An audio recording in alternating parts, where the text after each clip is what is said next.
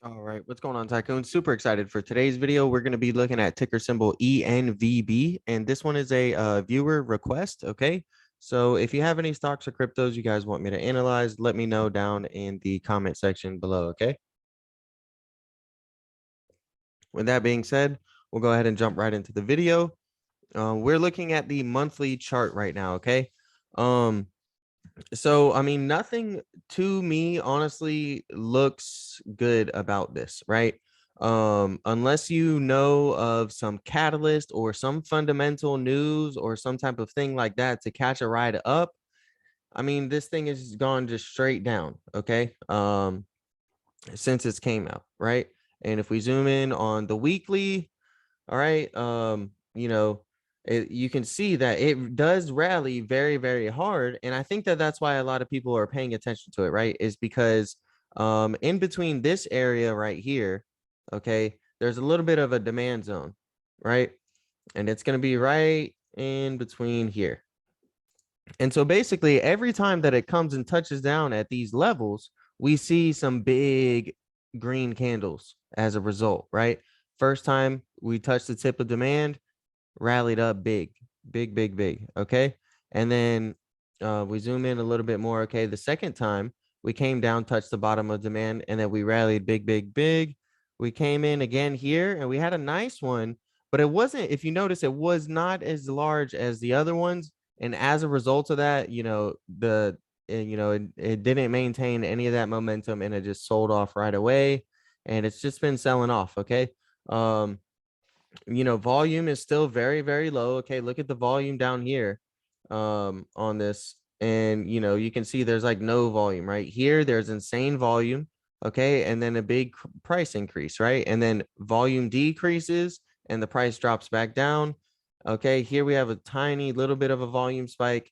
So really, the key thing I want you guys to realize is that there is an opportunity to day trade this per se, or swing trade this, right?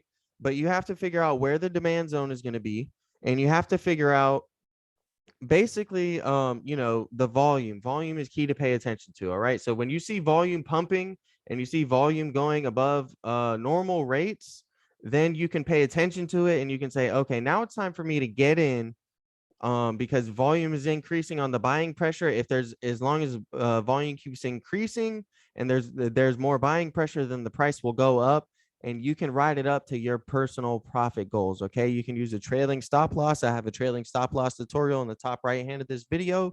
That is very useful for when you're already in profit. Let's say you're 20% in profit and you set a negative 10% trailing stop loss on. What that means is that if that investment ever falls 10% at any given time, you get stopped out, but it also follows you, right? So let's say you're 20% in profit, right? And you get stopped out, it's at 10%. Well, if that play runs up some more to 25% or 30%, right? Then your trailing stop loss would get triggered at a 20% profit goal versus just 10%. Okay, because it's gonna trail your profits. And then if you have that negative 10% on there, then when you're at 30% and it drops down negative 10% to 20%, it will trigger it and you'll be able to take those profits. Okay, so that's really key and useful, along with supply and demand. All right, supply and demand is going to be very, very key.